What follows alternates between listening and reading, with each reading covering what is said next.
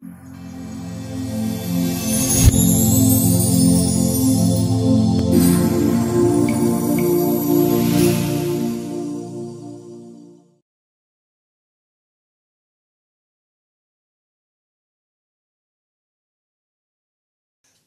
êtes prêts pour la parole de Dieu? Ce matin, je débute une série de messages sur Colossiens. On va regarder dans cet automne qui est devant nous l'Épître aux Colossiens. 4 petits chapitres, mais vraiment un contenu puissant, contenu profond sur Jésus-Christ, une révélation de Christ et combien il est important d'entrer dans cette profondeur de l'excellence de la connaissance de Christ. Il y a Colossiens 17 qui nous amène à comprendre que Christ n'est pas seulement le sauveur du chrétien, il est le souverain du cosmos par qui tout l'univers est maintenu dans l'existence. C'est-à-dire qu'il ne fait pas juste sauver votre âme, ce n'est pas juste Jésus qui est mort à la croix, c'est aussi le souverain, le roi des rois, le seigneur des seigneurs. C'est lui qui a toute autorité, c'est lui qui est tout puissant, qui contrôle par sa parole tout l'univers. C'est quelque chose. On va découvrir ça ensemble au travers des prochains chapitres de Colossiens. Et je suis béni parce que c'est une série que chaque prédicateur, chaque pasteur qui va venir apporter la parole va continuer passage par passage. L'Épître aux Colossiens, on va être vraiment dans cette série-là pendant les prochaines semaines ensemble. Donc, on va voir que Christ a une autorité, une puissance, un règne inégalé. On ne réalise pas toujours combien Jésus est grand. On va le découvrir davantage au travers de cette série-là. Et vous savez qu'en ce moment, on a à peu près 45 personnes de moins ce matin parce qu'ils sont à Jeunesse en Mission en retraite. La Jeunesse Fusion est en retraite depuis vendredi. Et hier matin, Pasteur Serge, étant comme un jeune pasteur, a été apporté un temps d'échange, d'enseignement avec les jeunes samedi matin. Et moi, hier soir, j'avais le privilège aussi d'apporter la parole. Et je vous dis ça parce que c'est sur le thème de Jésus-Christ. Le thème de la fin de semaine, c'est que les leaders avaient à cœur vraiment que les jeunes découvrent une révélation fraîche, profonde de qui est Jésus-Christ. Moi, j'ai apporté la portion sur Jésus, fils de l'homme, et vraiment, on a eu un temps d'appel à la fin. J'ai vu la soif des jeunes, plus d'1 heure. Moi, je suis parti, je suis revenu chez nous, il était près de minuit, et puis les jeunes n'avaient pas encore fini d'être à l'avant en train de prier, de chercher la face de Dieu, de demander au Saint-Esprit qui révèle Christ dans leur âme. Des jeunes pleuraient, des jeunes qui étaient assis à genoux dans tous les styles possibles, mais vraiment en connexion avec Dieu, en connexion avec le Seigneur, une révélation. Et merci pour vos prières. Merci, je leur dis à leur égard. Et ils vont revenir avec de bonnes nouvelles. Mais on est bénis d'avoir cette équipe-là et de voir ces jeunes qui sont là à louer le Seigneur et à chercher une plus grande profondeur, plus grande connaissance, plus grande expérience avec Jésus-Christ. Et je prie que nous aussi, à partir de ce matin et à partir de ces prochains messages, qu'il y ait une plus grande révélation, un rafraîchissement de Christ dans notre vie. Amen. On va commencer avec c'est une introduction. C'est une introduction de la série. Je vais apporter quelques pensées sur le contexte, un peu comprendre davantage que lorsqu'on va entrer textuellement, verset par verset, ou passage par passage, qu'on puisse comprendre un petit peu plus qu'est-ce qui environne, pourquoi Paul parle de ça, il parle à qui, dans quel contexte, on va voir ça un peu ce matin. Et puis, on voit entre autres qu'il y a des fausses doctrines, il y a des fausses pensées, il y a des hérésies qu'on appelle parmi les Colossiens. Et c'est pour ça qu'un homme, Épaphras, qui s'occupe de cette église-là, va voir l'apôtre Paul et lui demander conseil, alors que Paul est en prison. Et il va chercher la sagesse chez l'apôtre Paul pour dire qu'est-ce qu'on peut leur dire dans telles circonstances. Et je vais juste vous lire un petit passage d'un commentaire biblique sur l'introduction de Colossiens. Et Paul a-t-il écrit sur le problème des fausses doctrines de façon seulement négative ou bien a-t-il offert des conseils positifs?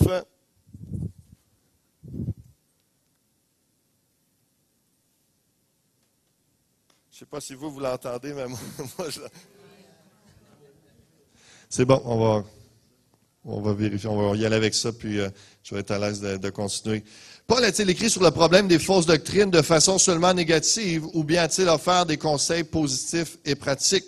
En lisant les lettres de Paul, on remarque qu'il a l'habitude de ne jamais parler de façon négative sans ajouter en parallèle un conseil positif. Par exemple, il dit que Jésus-Christ est la seule réponse à toutes ces influences subtiles qui menacent l'Église, c'est-à-dire qu'il est nécessaire de bien connaître Jésus-Christ et sa parole. Alors, comment ce conseil peut-il être mis en pratique? Eh bien, quand nous réfléchissons à la grandeur de Dieu, à notre propre petitesse, nous pourrions nous sentir indignes de nous approcher de lui et courir le risque de croire qu'il ne veut pas écouter nos prières. Alors s'introduit le danger qui menaçait l'Église de Colosse. Le chrétien se laisse persuader qu'il faut des rites sophistiqués pour franchir la distance qui sépare l'homme de Dieu. Aujourd'hui, on retrouve cette même tentation de vouloir interposer des médiateurs entre Dieu et l'homme, de placer des gens ou des êtres entre Dieu et l'homme pour avoir un meilleur accès. Quelque chose de sophistiqué, de réfléchir, de dire comment dans ma faiblesse, dans ma petitesse, je peux essayer d'atteindre Dieu. Nous le voyons partout, par exemple, des anges, des prêtres, des théologiens, des êtres inspirés, des saints sont adorés par un grand nombre de personnes qui se disent chrétiennes. Il est donc nécessaire de nous rappeler que Jésus-Christ est le seul médiateur entre Dieu et l'homme. Il n'y a aucun autre chemin pour aller à Dieu que Jésus-Christ. Il y a pas, c'est le pont, c'est le seul pont. Lorsque je revenais, j'étais à Montréal les 3 derniers jours, jeudi, vendredi, samedi, pour débuter enfin mon premier cours de maîtrise en théologie. Puis lorsque je suis revenu, il y a différents ponts que j'ai le choix, l'option, le pont Champlain, où finalement le GPS me conduit par le pont Victoria, et c'est assez épeurant, parce que tellement étroit, c'est un vieux pont, et c'est quelque chose. Mais il y a différentes alternatives, et dans ce monde de pluralisme, dans ce monde où tous les chemins mènent à Rome, hein, tout le monde a une bonne religion, tout le monde a une bonne pensée, et d'arriver à, comme Colosse, l'Épître aux Colossiens nous ramène à dire non, Jésus-Christ est le seul chemin. Wow! Ça prend une révélation pour saisir ça et le comprendre malgré toutes les autres voix, tous les autres échos dans ce monde, de dire non, mais il y a aussi ça qui est bon, il y a aussi ça, mais lui aussi, c'est bien ce qu'il a dit, ce qu'il a fait. Peut-être que c'est bien ce qu'il a dit, ce qu'il a fait, mais Jésus-Christ est le seul chemin. Et surtout, il est le seul médiateur. Tu ne peux pas atteindre le Père sans passer par Christ, qui est cette révélation parmi le peuple de Dieu aujourd'hui. Il est donc nécessaire de nous rappeler que Jésus-Christ est le seul médiateur entre Dieu et l'homme. Il est la plénitude divine. On va voir ça à un moment donné dans Colossiens, dans un des textes. La plénitude de Dieu est en Christ. Ça aussi, c'est profond. Il est la plénitude divine. Mais attention, il est vrai que nous sommes indignes de nous approcher de Dieu, et c'est pour cela qu'il nous faut Jésus, à la fois Dieu et homme, pour franchir la distance qui nous sépare de lui. On peut alors combattre les fausses doctrines en connaissant la vérité, parce que Jésus est la vérité, il incarne personnellement la vérité. Jésus, il est le véritable.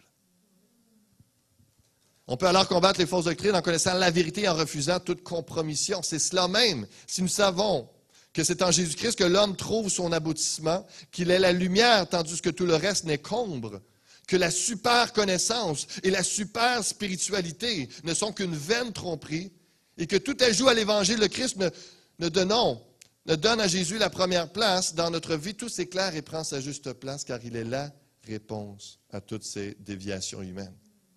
Jésus-Christ est donc le thème de cette lettre aux Colossiens. Oui, cette lettre est écrite pour leur apprendre et nous apprendre à nous aussi que Jésus est l'image du Dieu invisible. Il est le mystère dans lequel sont cachés tous les trésors de la sagesse et de la connaissance. C'est en lui que nous avons tout pleinement. On va juste, avant de continuer, prier, ouvrir nos cœurs et demander vraiment que Dieu agisse dans cette série. Seigneur, dans la faiblesse de mes paroles, de cette introduction et dans tout ce que nous dirons, Seigneur Dieu, qu'en bout de ligne, qu'il y ait une fraîche révélation de Jésus-Christ. Seigneur, que nos cœurs s'ouvrent et à toi, que nos yeux s'ouvrent, viens illuminer notre intelligence. Donne-nous ta connaissance, ta sagesse, parce que tous les trésors de la sagesse, de la connaissance est en Jésus-Christ. On puisse être renouvelé dans notre passion, dans notre amour pour Jésus. Nous puissions désirer le connaître davantage. Et qu'on puisse réaliser vraiment, conviction du Saint-Esprit, que nous avons tout pleinement en Jésus-Christ. Qu'il n'y a pas d'autre alternative, on n'a pas besoin de s'efforcer à créer autre moyen, autre façon de t'atteindre, ou d'être béni, ou d'être comblé, ou d'être content. Tout contentement, et la totalité est en toi, Jésus. Alléluia. Merci pour ta parole, qui est une onction. Chaque message, chaque prédication, enseignement, et que ça pénètre nos cœurs, que ça nous transforme et que ça nous amène à une communion plus étroite avec toi, Seigneur. Alléluia. Amen et amen. Vous savez, il y a une réalité dans le contexte de Colossiens. Il y avait une autre ville, Hiérapolis, et puis Laodicée, deux autres villes. Dans ces secteurs-là de l'Asie, il y avait régulièrement des tremblements de terre. Et un commentaire va dire, le tremblement de terre n'a pas effrité leurs mensonges. Et c'est pour ça que Jean 8, verset 32, vous connaîtrez la vérité vous affranchira. Il est important de plonger nos regards dans la parole de Dieu. Il est important de connaître Christ, la vérité et le véritable. Il est important de saisir qu'est-ce que Dieu a dit dans sa parole pour être libre dans sa vérité, d'être affranchi par des hérésies, des mensonges, qu'on puisse réellement être libre d'être enfant de Dieu et de marcher chrétiennement et de comprendre qui est Dieu. Et parce que dans cette réalité-là, où en 65 environ, après Jésus-Christ, selon Tacite et Eusèbe, il y a eu un énorme tremblement de terre. Presque toute la ville a été détruite. Et puis, détruite et même l'Église a fallu... On ne sait pas ce qui est arrivé parce que la seule chose qui nous reste aujourd'hui de Colosse, c'est l'Épître aux Colossiens.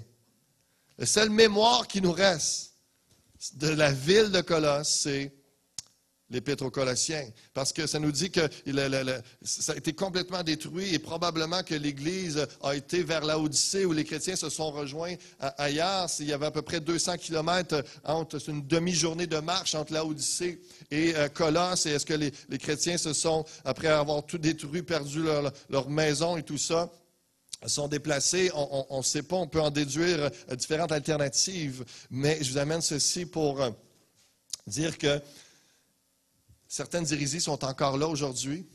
Il y a certains rites, certaines lois, la souffrance du corps, les visions au lieu de la parole de Christ, la prière aux anges ou à toutes sortes d'autres médiateurs en Dieu et les hommes, comme on a vu. Il y a toutes ces réalités. Colossiens va nous dire que Christ doit être au centre de toute notre vie. Est-ce que Christ est au centre de votre chrétienté, de votre vie chrétienne, au centre de vos réflexions, au centre de vos décisions? Est-ce que Jésus est la pierre angulaire? Est-ce qu'il est vraiment le fondement de votre vie? Parce que lorsque vous allez passer au travers de différents tremblements dans votre vie, lorsque vos fondations vont être ébranlées par différentes situations difficiles de la vie, soit pour certains une perte d'emploi ou une faillite ou quelque chose qui fait en sorte que là, les fondements financiers qui affectent la famille, savoir qu'est-ce qu'on va faire, comment je vais mettre du pain sur la table, qu'est-ce qui va arriver, vos fondements sont ébranlés. Mais est-ce que vous êtes fondé sur le véritable pour être solidement ancré et continuer à avancer, ou il ne restera plus rien de vous, de votre vie, de votre foyer après ce tremblement? Est-ce qu'il va rester encore de la foi après ces tremblements, ces épreuves de la vie? Parce que la réalité, le fondement, le véritable est en Christ. La ville de Colosse, on voit que la ville de Colosse a disparu après le tremblement de terre, mais la parole de Dieu a demeuré. Parce que la lettre aux Colossiens est encore là.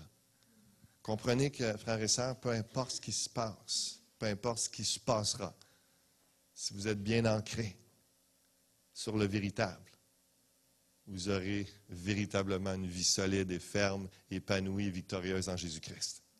Malgré les épreuves, parce que la parole de Dieu demeure éternellement. Si la parole demeure en vous et que si vous la mettez en pratique, ça sera puissant. Et c'est ce qu'entre autres, cette histoire de Colosse qui a été effondrée nous rappelle, il reste la parole de Dieu. La ville de Colosse, c'est de grandes cités prospères à une ville insignifiante. Ça m'amène à penser parce que Colosse a déjà été dans un temps une ville prospère, une ville glorieuse, mais elle était sur son déclin à cause que justement Laodicée et Hiérapolis commençaient par leur commerce de toutes sortes de choses. On va voir ça un peu plus dans les détails lorsqu'on va apporter certains passages parfois. Hein. Mais les autres villes autour grandissent et eux, à leur dépens, dépérissent. Et est-ce qu'ils vivaient dans le passé glorieux vers l'extinction? Lorsque on regarde plus vers l'arrière, puis que notre passé est plus glorieux vers l'arrière, et qu'on se concentre sur ça, on s'en va vers l'extinction. On s'en va vers la mort spirituelle, on s'en va vers le découragement, on s'en va vers le mur. Alors qu'on est toujours regardé, puis on se rappelle, mais semble avant, c'était mieux. Mais semble avant, c'était glorieux. Et de ne pas se rappeler qu'en Jésus-Christ, toutes choses sont devenues nouvelles. En Jésus-Christ, toutes choses peuvent prendre, toute bénédiction est là devant nous. La victoire est là. Il y a une possibilité d'accroissement, de développement, de multiplication. Il y a une possibilité de continuer et que la gloire passée n'est pas nécessairement, n'est pas en train de nous dire que finalement c'est passé, c'est fini, tu dois t'attendre juste à ça. Non, il y a une gloire aussi à venir. Non seulement l'éternité, évidemment, c'est le plus grand, mais Dieu va encore bénir, va encore vous révéler des choses, va encore vous bénir, va encore vous emmener à des choses nouvelles et bénissantes dans votre vie, vous faire avancer. Seule la lettre de Paul sauve cette ville de l'oubli, comme je l'ai dit tantôt. Et je reviens. Combien, par la grâce de Dieu, nous avons reçu une vie digne d'être vécue et nos noms seront sur le générique de la fin de vie de plusieurs personnes. Si on sème la parole de Dieu, si on investit avec la parole de Dieu dans la vie des autres, notre corps, nous, on va mourir, eux vont mourir, mais l'œuvre, les fruits spirituels, lorsque le Seigneur va ouvrir les livres à la fin des temps, il y aura votre nom décrit, le Seigneur va se rappeler, Yann a fait telle affaire pour telle personne. Il y a eu un impact, il a semé la parole de Dieu. Tout a été détruit, mais ça, c'est resté. Ça, c'est resté. L'impact qu'on peut avoir par la grâce de Dieu alors qu'on sème la parole du Seigneur. Et dans le contexte aussi, ça va, je vous dis ça parce que vous allez comprendre un peu aussi des fois pourquoi il y a toutes sortes de cultes et de choses très mystiques parmi les Colossiens. Il y a, et je vous dis, si vous cherchez le fil conducteur ce matin, c'est l'Épître aux Colossiens. Je vous introduis l'Épître, je vous donne plein d'informations pour mieux comprendre ensuite lorsqu'on va être verset par verset, passage par passage. Et la Phrygie, la région où il y avait cette ville de Laodicée et de Colosse et Hiérapolis, il y avait toutes sortes de cultes à des déesses, à des divinités. Et puis, c'était un endroit où il y avait des volcans. Et on voit dans l'histoire que les gens deviennent facilement, avec un spiritualisme, avec une sorte de croyance mystique, avec les roches, les pierres volcaniques. C'est encore dans l'ésotérisme. Aujourd'hui encore, ça touche des gens. Mais à l'époque, c'était très fort. Et c'est pour ça qu'il y avait, on va le voir tantôt, comme un syncrétisme, un mélange entre le sacré et le païen. Donc, il y avait un mélange avec, moi, je crois en Jésus, puis les pierres aussi, ils m'aident. C'est un peu, je donne ça là, vulgairement, là, mais c'est un peu comme, je vais prendre des pierres et puis je vais me mettre à prier avec les pierres, je vais avoir plus d'énergie.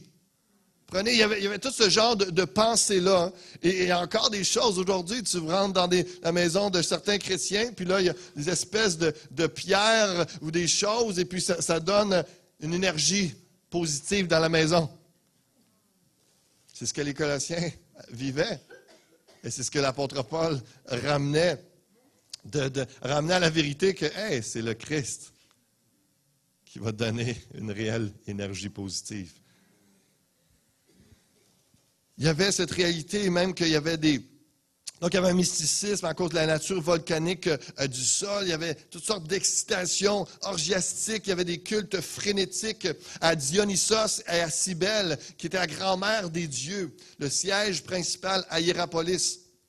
Donc, il y avait cette folie, toutes sortes de mélanges de croyances. Et l'apôtre Paul devait emmener la vérité au milieu de ça. Donc, il y avait le pluralisme et le syncrétisme, c'est simple. Le pluralisme, c'est plusieurs pensées, plusieurs vérités. Comme je disais tantôt, toutes les vérités sont bonnes, toutes les religions sont bonnes. Il y avait cette pensée-là. et le syncrétisme, un mélange de sacré, de ce qui est chrétien, avec tout ce que les autres religions enseignent. Et au début du 2e siècle, il y a 2000 familles juives qui sont envoyées dans la région. Ils ont prospéré et d'autres les ont rejoints. Les religieux se plaignent dans le Talmud que les bains et les vins de la Phrygie ont séparé les tribus d'Israël. Par contre, leurs croyances ont aussi influencé les Colossiens comme les autres villes de la région. Donc, il y a une réalité qu'il y a plein de Juifs qui arrivent avec le judaïsme, donc la loi, Moïse et tout ça, et puis ils ont leur culte, mais en même temps, ils se laissent influencer par les autres Colossiens qui ne sont pas juifs, qui sont de toutes sortes d'autres nationalités d'arrière-plan. Et là, donc, ça fait différents mix de pensées, de croyances, mais la pensée, quand même, ce qui était bon des Juifs qui est sorti, c'est quand même l'adoration à un seul Dieu créateur et l'annonce du Messie. Donc, il y avait quand même des choses qu'ils comprenaient. Et les gens qui étaient allés, les Colossiens, essayaient de vivre, lorsqu'ils voulaient une certaine spiritualité, ils prenaient ce qui était bon des Juifs, ils essayaient de le mettre en pratique. Donc, il y avait certains rites légalistes qu'ils faisaient, puis là, ils pensaient qu'en temps, ils ajoutaient ça là, avec le chrétien. Là. Bon, ben, faut faire ça pour être chrétien, puis les autres font ça, sont juifs, ben, je vais le faire ça aussi. Puis là, avec les roches volcaniques, donc, ils prenaient tout ça. Et comprenez pourquoi c'est comme ça. Étant situé sur une route commerciale passante, de nombreux commerçants, mais aussi de nombreux enseignants, philosophes, les prédicateurs ambulants, ceux qui sont d'une place à l'autre, qui ne sont pas redevables à une autorité d'église locale et qui prêchent leur révélation selon des visions et non selon la parole de Dieu, venaient y enseigner et influencer la population, amenant une diversité de nouvelles doctrines et systèmes de pensée. Cette diversité de doctrines malsaines, toute cette influence, le pluralisme, plusieurs pensées qui sont là, qui sont bombardées, c'est un peu la réalité qu'on vit aujourd'hui quand on allume la télé, quand on ouvre le journal. Il y a toutes ces pensées, tout l'aspect, on passe des pensées conservatrices à des pensées très libérales. Il y a tout ça, et là, il faut essayer de faire le tri, tout ça. Et combien de gens font l'erreur d'aller sur Internet et essayer d'aller dans toutes sortes de pays, où il y a toutes sortes de mouvements et d'écouter des prédications un peu partout. Et là, ils ont toutes sortes de croyances bizarres qui arrivent. Et là, des fois, « Hey, pasteur, j'ai entendu tel prédicateur à tel endroit prêcher que telle affaire. » Là, wow, tu sors ça d'où? Et c'est vraiment... C'est dangereux, mais c'est la même réalité. L'Internet fait exactement ce que l'aspect négatif. Il y a plein de bonnes choses sur Internet, mais il y a également une réalité que si on ne gère pas bien, vous avez un gros buffet devant vous, mais si vous voulez tout manger, vous allez faire une indigestion. On se comprend? Et c'est la même pensée. Colosse était une ville, était un endroit il y avait une route commerçante, on pouvait passer par là. Donc, on ne voulait pas nécessairement aller à Colosse, mais peut-être en allant à l'Odyssée, on passait par là. Et là, ceux qui pouvaient faire de l'argent un peu arrêtaient. Et là, les philosophes et les stoïciens, toutes sortes de gens qui avaient quelque chose à dire, supposément intelligents ou d'une révélation quelconque arrivait. Et là, eux, comprenez, se font prêcher Christ au début, naissent de nouveau, sont sauvés. Et puis là, après ça, tout ça. Chaque mois, il y a une nouveauté du mois, une nouvelle idée, puis on va essayer ça, on va ajouter ça. Est-ce que ça ressemble à votre vie, ça? Est-ce que ça ressemble à la façon que ballottez à tout vent de doctrine? Vous entendez quelque chose, vous partez sur un high, Jésus va revenir, il y a eu 3, 4 lunes rouges, puis Christ revient. Partez sur une excitation, là, frénétique, vous arrêtez de travailler, vous quittez votre emploi, puis Christ revient, je me prépare. Quel est comment vous gérez le menu? Hein? Est-ce que vous faites des indigestions? Est-ce que vous avez souvent des moments, des cas de conscience troublés parce que là, vous avez entendu quelque chose à l'église, puis là, après ça, vous allez chez vous, puis là, vous ouvrez votre ordinateur, puis là, vous écoutez, puis là, ça semble différent. Ou il y a une saveur différente. Puis, il me semble que j'aimerais ça vivre ça, cette expérience-là, là-bas. Et là, vous êtes toujours en train de courir après du vent. L'apôtre Paul, en Colossiens, est en train de ramener, arrêtez de vous nourrir de n'importe quoi. Revenez à Christ. Le véritable est en Jésus-Christ. Tous les trésors de la sagesse et de la connaissance sont en Jésus-Christ. Il est en train de dire, les philosophes, vous voulez réfléchir, vous voulez avoir... Écoutez, continuez à réfléchir, mais avec la révélation de Christ. Tous les trésors de la sagesse sont là.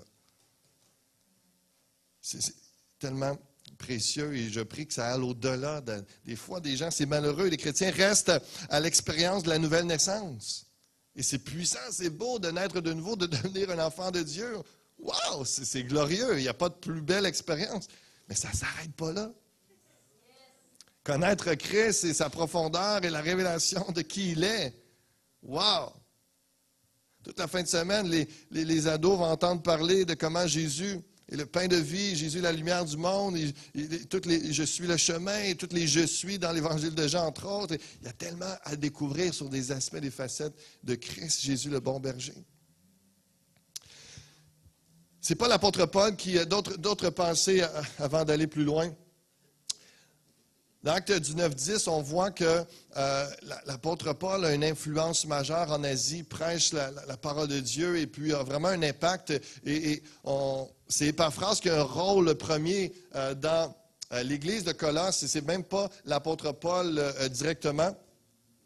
Mais probablement que par la bande, Épaphras a été touché par l'enseignement de Paul et ensuite de ça, ils sont devenus collaborateurs. Et donc, c'est pas clair là-dessus sur d'où est l'origine de Colosse, de l'Église à Colosse, mais on peut comprendre dans ces sens-là.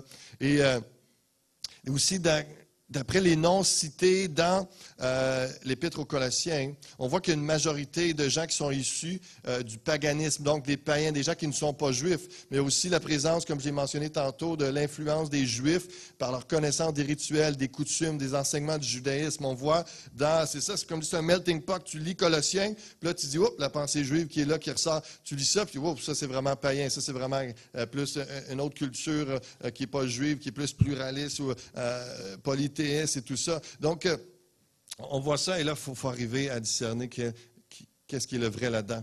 Donc, l'Église de Colosse n'a pas été fondée par Paul. Même les Colossiens ne l'ont jamais vue. Et vous savez quoi? Paul les aime d'un amour engagé tout de même, car c'est leur frère chrétien. Et lorsque je lisais ça, j'ai dit, Seigneur, je prie qu'on ait ce cœur-là, que même si on ne se connaît pas tous ici, même si on ne connaît pas tous nos frères et sœurs dans d'autres assemblées, même si on ne connaît pas tous les frères et sœurs dans la province de Québec, dans ce monde, que lorsqu'on entend quelqu'un vit quelque chose, que ce soit positif ou négatif, quand c'est positif, qu'on peut se réjouir parce que hey, c'est nos frères et sœurs, ils vivent quelque chose de beau dans telle église. On se réjouit parce qu'on a un amour engagé, un amour qu'on s'est impliqué parce que c'est notre famille, qu'on le connaisse ou qu'on ne le connaisse pas. Et si on sait qu'un frère et sœur dans l'église, qu'on sache son nom ou pas, ou dans une autre église chrétienne, qu'on ne sache pas son nom, qu'on le connaisse ou pas, on puisse avoir cet amour, ce désir, que Dieu se révèle à eux, qu'il les bénisse, prenne soin d'eux. Je prie vraiment qu'il y ait une fraternité qui se développe davantage alors que l'Église grandit et puis qu'il y a des niveaux qui s'ajoutent, qu'on puisse avoir le goût d'aller vers eux, les connaître, mais que même si on ne les connaît pas, qu'il y ait une affection, qu'il y ait une tendresse, qu'il y ait une pensée vers ces gens-là. Comme l'apôtre Paul qui n'avait jamais vu ces gens-là, mais qui s'inquiétait pour eux. Il voulait vraiment que la vérité vienne les affranchir, que Christ soit révélé, qu'il soit béni, qu'il continue à grandir dans leur vie spirituelle. Donc, l'Église se réunissait dans la maison de Philémon. Donc, c'était une église modeste. Comme la plupart des premières églises dans le contexte, ça partait tout petit dans les maisons et puis ça devenait de plus en plus public. Réalisez-vous qu'Épaphras a fait des centaines de kilomètres pour aller voir Paul à Rome en prison, pour avoir des instructions, qu'il écrive une lettre et que finalement, un homme du nom de Tychique soit le facteur, envoie la lettre aux Colossiens probablement quelques semaines plus tard. On ne sait pas tout le délai précis, mais c'est vraiment quelque chose de voir la détermination pour que des gens, qu'est-ce qu'on est prêt à faire pour que des gens connaissent la vérité? Qu'est-ce qu'on est prêt à faire quelle détermination nous avons pour que les gens connaissent Christ? Et qu'ils puissent grandir dans leur foi. Il y a 14 allusions à leur conversion Ça nous indique que c'était une jeune Église. L'apôtre Paul, quand il écrit, il se réjouit parce que les nouvelles qui viennent d'Épaphras, c'est ils viennent se convertir, c'est des nouveaux chrétiens, tout ça. Les mois passent, mais ce sont encore des jeunes chrétiens. Et là, il se réjouit, l'apôtre Paul, de ce fait que c'est des nouveaux. Et maintenant, ils encouragent à grandir, à prendre de la maturité. Elle est en croissance, mais menacée par les hérésies de retomber dans leur ancienne vie. Épaphras serait allé demander de l'aide à l'apôtre Paul en prison pour savoir réfuter les hérétiques. Le but de la lettre, entre autres, c'est qu'ils aient le cœur rempli de consolation parmi tout ce qu'ils vivent, qu'ils soient unis dans l'amour, qu'ils enrichis d'une pleine intelligence pour connaître le mystère de Dieu, savoir Christ. Et les enseignements qu'on va voir en cours, je vous dépeins, je vous décris un petit peu rapidement l'ensemble de la série, ce qu'on va voir, des enseignements doctrinaires sur la divinité de Christ, sur le ministère de l'apôtre Paul, sur les fausses philosophies.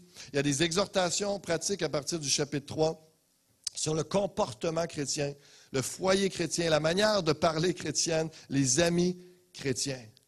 Ça va vraiment toucher toutes nos relations. On est chrétien, puis comment ça vit sur un chrétien? Ça parle comment, ça pense comment, ça agit comment dans la famille, comment se comporter dans notre couple avec nos enfants. Il va y avoir des parents, des enseignements sur ce sujet-là, sur la façon de se comporter, d'agir dans nos relations, avec qui on est amis, comment on se comporte avec les gens autour de nous. Ce sont des différents thèmes qu'on va voir dans les prochaines semaines. Je vais terminer avec les 2 premiers versets de Colossiens 1 et 2. Paul, apôtre de Jésus-Christ, par la volonté de Dieu, le frère Timothée. On s'arrête là un instant. Paul, apôtre de Jésus-Christ, par la quoi? La volonté de Dieu. Paul a été appelé, comme vous savez, sur le chemin de Damas. Révélation de Christ, révélation de Jésus. À ce moment-là, sa vie, elle a basculé. Toute sa théologie est devenue chrétienne et il a saisi tout l'Ancien Testament parlait de Jésus-Christ. Il a pu savoir vraiment comment enseigner les Juifs et finalement, le Seigneur l'appelle vers les non-Juifs, enseigner l'Évangile, la bonne nouvelle de Jésus-Christ crucifié, ressuscité pour le salut de l'humanité. Mais tout ce que l'apôtre Paul fait, tout ce qu'il est, il réalise que c'est par la volonté de Dieu.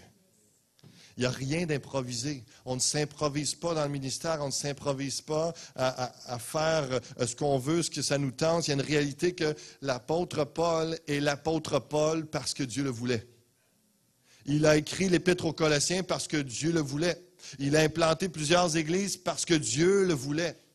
Il a donné sa vie jusqu'à son dernier souffle. Il a servi le Seigneur et a permis que même en prison, un peu partout, il soit un témoignage à la gloire du Seigneur parce que c'était sa volonté. Il a connu l'abondance et la disette pour faire connaître l'Évangile parce que c'était la volonté de Dieu de faire connaître l'Évangile, peu importe les circonstances. Paul est conscient de faire la volonté de Dieu, d'être apôtre selon sa volonté, existant dans ce monde pour faire sa volonté seule. Et comme le Christ, sa nourriture était de faire la volonté de Dieu. Non seulement l'appel est personnel à faire la volonté de Dieu, mais elle est aussi collective. C'est un travail d'équipe. Paul, apôtre de Jésus-Christ, par la volonté de Dieu, et le frère Timothée.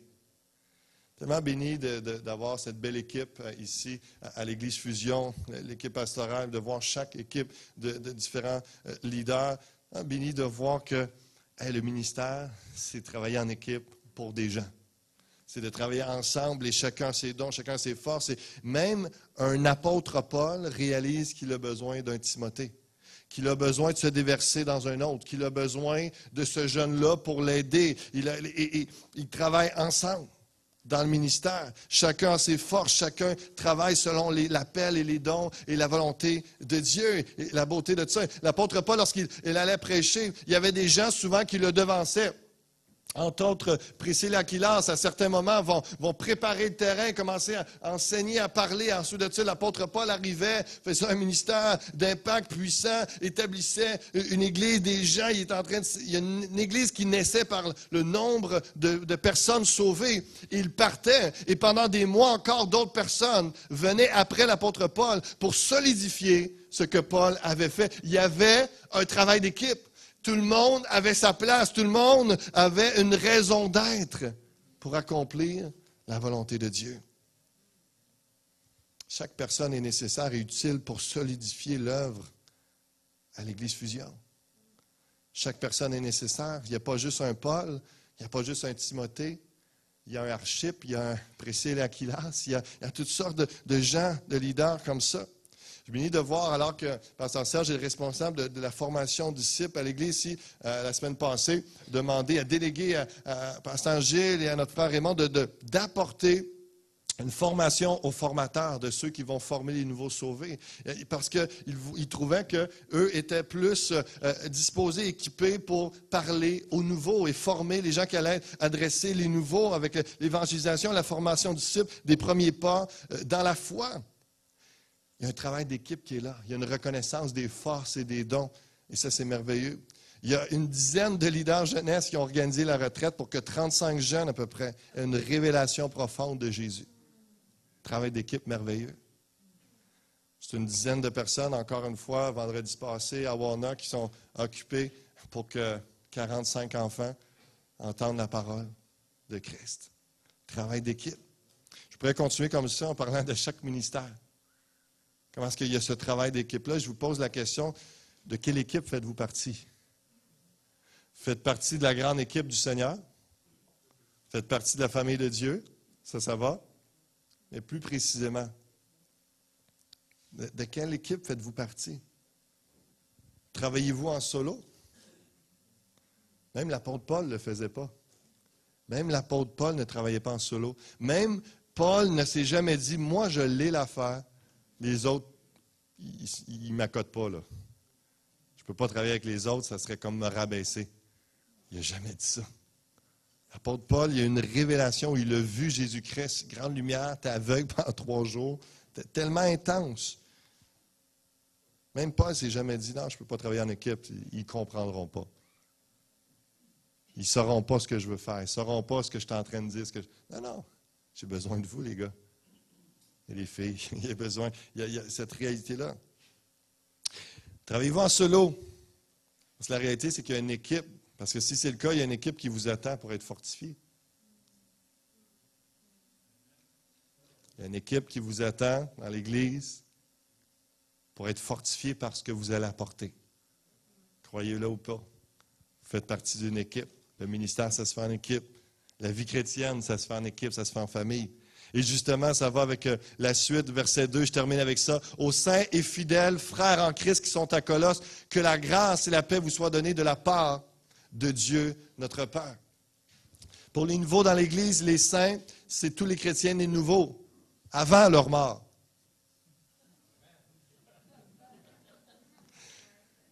À l'école de théologie où j'étais en fin de semaine, c'était à 10 minutes à pied de l'oratoire Saint-Joseph. Monument, c'est impressionnant, c'est de toute beauté de voir ça. Et avec tout le respect que j'ai pour le frère André et tout ce qu'il a fait, comprenez que s'il était né de nouveau, il était saint avant sa mort et avant d'être canonisé. Parce que la Bible dit, peu importe ce que la tradition dit, la Bible dit, parce que là, l'apôtre Paul n'est pas en train de prêcher, il n'est pas en train d'écrire une lettre à des morts, là, on s'entend? Il n'est pas en train d'écrire une lettre à des gens qui ne seront pas là pour la lire. Parce qu'ils sont déjà passés dans l'au-delà. Non, c'est vous. Dites à votre frère, dites à quelqu'un à côté de vous, là, c'est toi qui parles quand il parle des saints.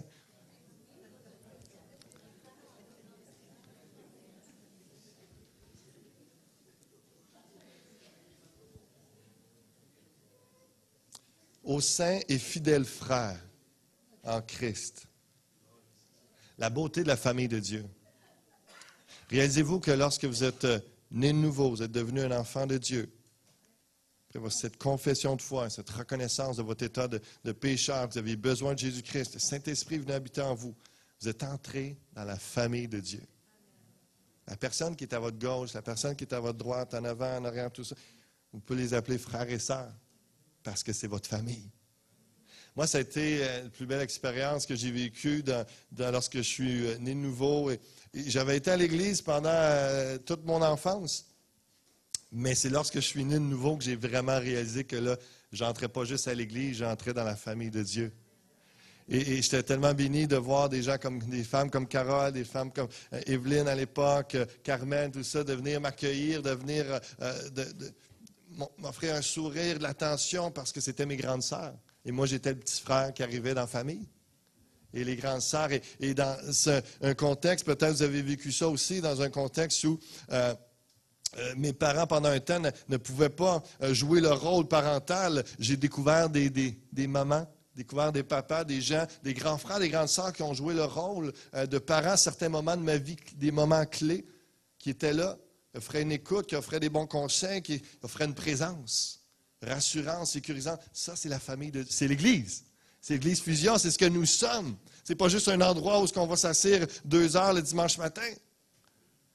C'est une famille au sein et fidèles frères en Christ. L'apôtre Paul ne les a même pas vus, mais ce sont des fidèles frères. Il y a une unité, il y a une union, il y a un amour fraternel. Il y a quelque chose qui est partagé parce que c'est la même famille. La même famille, ils ont le même Père céleste. Si vous êtes chrétien, vous êtes de la famille de Dieu. Et réalisez que ceux qui sont à côté de vous vont être là, vont être avec vous pour l'éternité.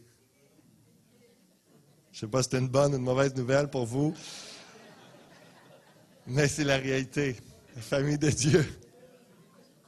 On va être ensemble pour l'éternité. Heureusement, la Bible dit qu'on va ressembler un peu plus à des anges, dans le sens que ce ne sera plus avec nos faiblesses, nos manquements actuels. Qu'est-ce que vous souhaitez à vos frères et sœurs? Qu'est-ce que vous priez pour eux? L'apôtre Paul leur souhaite la grâce et la paix. Que la grâce et la paix vous soient données de la part de Dieu, notre Père. Grâce et paix. C'est comme un résumé de souhaiter le meilleur pour notre famille, pour nos frères et sœurs. Lorsque tu souhaites la grâce, la grâce est tellement large. On a eu 5 messages avec Pasteur Serge sur la grâce. Mais juste dire que lorsqu'on souhaite la grâce de Dieu, c'est autant toutes les bénédictions qui découlent du salut, de la grâce de Dieu, que de la force de Dieu qui nous raffermit, qui nous solidifie dans des moments d'épreuve ou de ministère ou d'intensité à servir Dieu.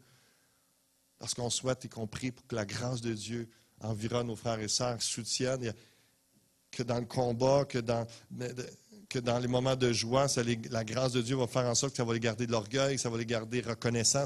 La grâce de Dieu a fait la job pour tout. C'est puissant. C'est une prière à faire. Père, que ta grâce soit sur mes frères et sœurs.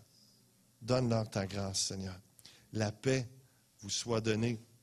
Encore là, il y a une notion du shalom, du bonheur total, la bénédiction totale en Jésus-Christ. Jésus qui est le prince de paix aussi, qui, dans ces moments d'anxiété, d'angoisse, de tourment un peu partout, tout ce que les gens sont inquiets parfois de ce qu'ils vivent dans leur quotidien, mais aussi de ce qu'ils entendent dans les nouvelles ou par rapport à la persécution, toutes sortes de traumatismes que les chrétiens peuvent vivre. La paix de Dieu surpasse toute intelligence. Lorsqu'on prie, Seigneur, que dans ce que mes frères et mes sœurs vivent, Seigneur, que ta paix vienne tranquilliser toute tempête. Qu'on puisse se souhaiter la grâce et la paix. Qu'on souhaite le meilleur à nos frères et sœurs, qu'on souhaite la bénédiction, qu'il y ait cet amour, ce désir, que nos petits frères, nos petites sœurs, nos grands frères, nos grandes sœurs puissent vraiment goûter au meilleur de Dieu. Que ce soit notre prière, que ce soit notre souhait. On va prier ensemble. Père, merci pour ta parole. Elle nous fait du bien. Elle nous encourage. Elle nous éduque, nous enseigne qui tu es, ce que tu t'attends de nous. Elle nous fortifie. Merci pour ta grâce et ta paix. Seigneur, que ton shalom soit sur cette assemblée. Ta pleine bénédiction en Jésus-Christ. Que le salut soit pleinement vécu. Que la marche chrétienne soit pleinement vécue fermement à ta gloire, qu'on puisse te représenter glorieusement par cette grâce, cette paix qui nous environne et par la connaissance et la mise en pratique de ta parole. Révèle-toi à nous. Donne-nous, Seigneur, d'être davantage passionnés, amoureux de toi, et qu'on te découvre davantage dans la Bible, dans ta parole, avec une révélation du Saint-Esprit. Conduis-nous, oins et dirige chaque prédicateur dans cette série, et que chacun d'entre nous, individuellement et collectivement, on puisse méditer ta parole, la vivre pleinement. Et que ça nous guérisse, que ça nous transforme, que ça nous rende plus matures, que ça nous affranchisse de tout mensonge, de toute hérésie, que ça nous délie de liens, que ceux qui sont mêlés, qui sont dans une indigestion spirituelle, émotionnelle, à cause de tout ce qu'ils se nourrissent de mauvais, spirituellement parlant, Seigneur Dieu, viens les affranchir, viens les guérir, les restaurer, par Christ, en Christ, pour Christ. Alléluia. Merci, la puissante que tu vas faire et que tu fais déjà ce matin. Amen et amen. Que Dieu vous bénisse. Merci.